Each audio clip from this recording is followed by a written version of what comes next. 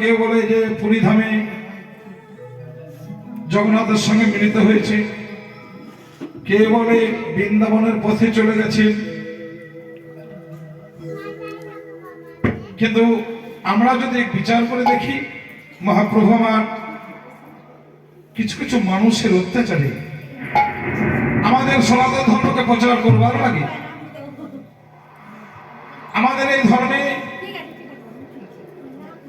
সমস্ত ধর্মের মধ্যে শ্রেষ্ঠ ধর্ম কে প্রচার করার জন্য কিছু কিছু মানুষ, যারা কুচক্রী মানুষ, বর্তমানে দেখবেন এই যে গ্রামে হরিনাম হচ্ছে, এই যে গ্রামে একটা ভালো কাজ হলেই কিছু মানুষ আঘাত দিতে থাকে। তদ্রূপ মহাপ্রভু আমার নদিয়া এলেন আমাদের মতো মানব রূপে, তাকে বারবার আঘাত করেছিলেন। তিনি সংসার ধর্ম ছেড়ে যেতে চাইনি, তিনি বলে গেলেন সংসার ধর্ম হচ্ছে আসল ধর্ম। যারা সংসারে থেকে যারা হরিনাম করে, যারা হরিনাম ভজন করে, তারাই হচ্ছেন আমার আসল ভক্ত, তারা হচ্ছেন আমার প্রেমময় ভক্ত। তাই আমার সবাই মিলে একত্রিত হয়ে আজকে নবনীত নদিয়া ধামে আমরা সবাই মিলে যার জন্য আজকে কীর্তন, যার জন্য তোমরা আয়োজন করেছে আমাদের ভুটুরাম ঘোষ, তার আত্মা শান্তি কামনার্থে তার আত্মীয় স্বজন সকলে এসে কুটুম্বাদী নিমন্ত্রণ করে এনে তার পুত্র কন্যা, তার বংশধর যাকে বলা হয়, সবাই একত্রিত হয়ে আজকে তার জন্য আয়োজন করেছেন। শুধু তার জন্য নয়, তার পিতৃকুল আপনি সন্তুষ্ট হয়। এইসব ক্রিয়াকর্ম করলে, গৃহের মাঝে হরিনাম দিলে তার পিতৃপুরুষ আশীর্বাদ করে যে আমরা তো সকল কিছু রেখে এসেছি, আমরা তো নিয়ে আসেনি, ওখানে থেকে যেটাই আমাদের জন্য উৎসর্গ করবে সন্তুষ্ট হয়ে আশীর্বাদ করে। তাই সবাই মিলে নিতাই আমরা হরিনাম গৌর ভজ গৌর ভজ,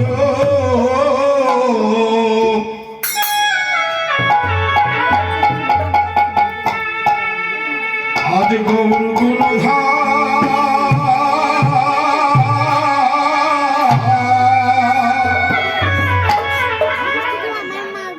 কি বললেন? গৌর ভজ গৌর ভজ গৌর গুণধাম, এটাকে ধাম বললেন।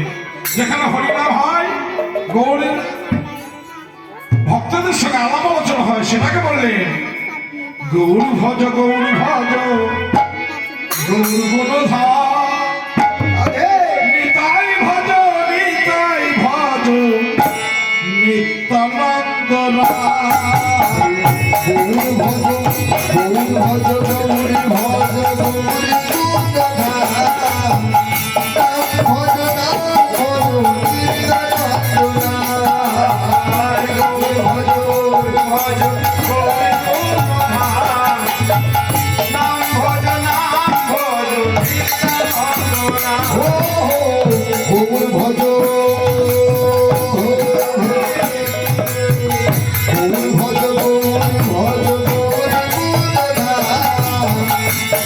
ভজ